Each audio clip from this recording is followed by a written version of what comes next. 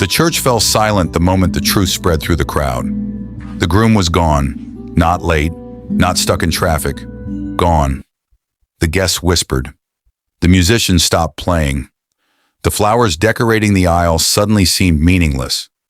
And at the center of it all stood a young woman in a white wedding dress, frozen in shock as her entire world collapsed around her. Tears filled her eyes as hundreds of people watched the most painful moment of her life unfold. Then before anyone could stop me, I stood up from the last row and walked toward the altar.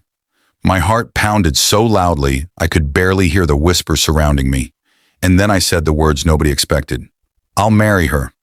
Before we begin, if you believe kindness, loyalty, and second chances can change a person's life, please take a moment to like, comment, share, and subscribe to the channel.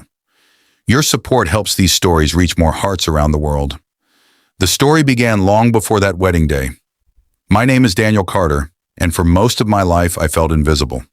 I grew up in a small farming town where everybody knew everyone. My father worked long hours repairing tractors while my mother cleaned houses to help pay the bills. We never had much money, but we had enough love to survive. As a child, I learned that life was rarely fair. When I was 14, my father suffered a serious accident that left him unable to work for almost a year. Medical bills piled up faster than we could pay them. Some nights my parents skipped dinner so I could eat. Watching them sacrifice everything changed me. While other teenagers dreamed about expensive cars and vacations, I dreamed about stability.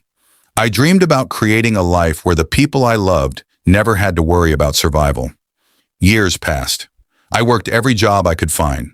I stocked shelves at grocery stores, I cleaned warehouses, I repaired fences, I delivered packages. Nothing came easily. Every dollar I earned felt like it had been purchased with sweat and exhaustion.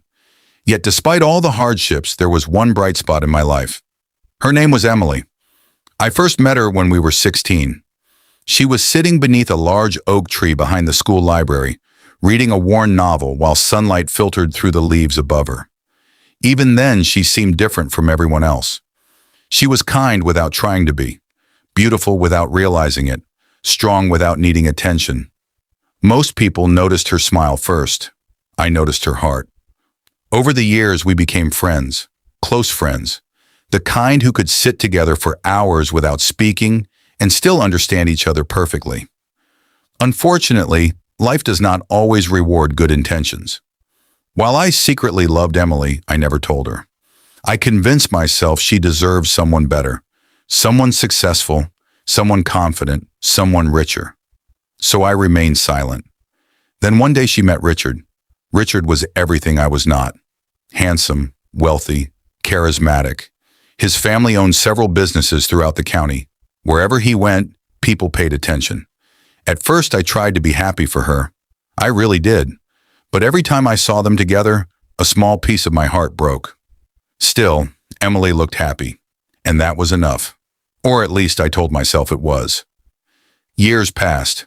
Their relationship grew serious. Mine remained non-existent. I buried myself in work and watched life move forward from a distance. Then one evening, Emily called me. Her voice sounded nervous. She told me Richard had proposed. I congratulated her. After hanging up, I sat alone in my apartment for nearly 3 hours staring at the wall. That night was one of the loneliest nights of my life. But I never told anyone, especially not Emily. Because real love sometimes means wanting someone else's happiness more than your own. Months later, invitations for the wedding arrived. I almost didn't attend. The thought of watching Emily marry another man felt unbearable. Yet she personally asked me to come, so I agreed. What happened next would change everything. The wedding day arrived under clear blue skies. The church overflowed with guests. Flowers decorated every corner. Music filled the air. Everyone seemed excited, everyone except Emily. Even from my seat in the back row, I noticed something strange. She looked nervous, not excited, not joyful, just nervous. At first, I assumed wedding stress was responsible, but as the ceremony start time approached, murmurs began spreading through the crowd. The groom hadn't arrived. 10 minutes passed, then 20, then 30. The whispers grew louder. Phones appeared. Family members exchanged worried glances. Something was wrong, very wrong. Eventually, one of Richard's relatives hurried into the church carrying a phone. The look on his face told the story before he spoke. Richard wasn't coming. He had left. No explanation, no warning, nothing. Just gone. The shock spread through the room like wildfire. Some guests looked embarrassed, others looked angry. A few quietly slipped out of the church. Meanwhile, Emily remained standing near the altar, alone, humiliated, heartbroken, abandoned in front of everyone she loved. I will never forget the expression on her face.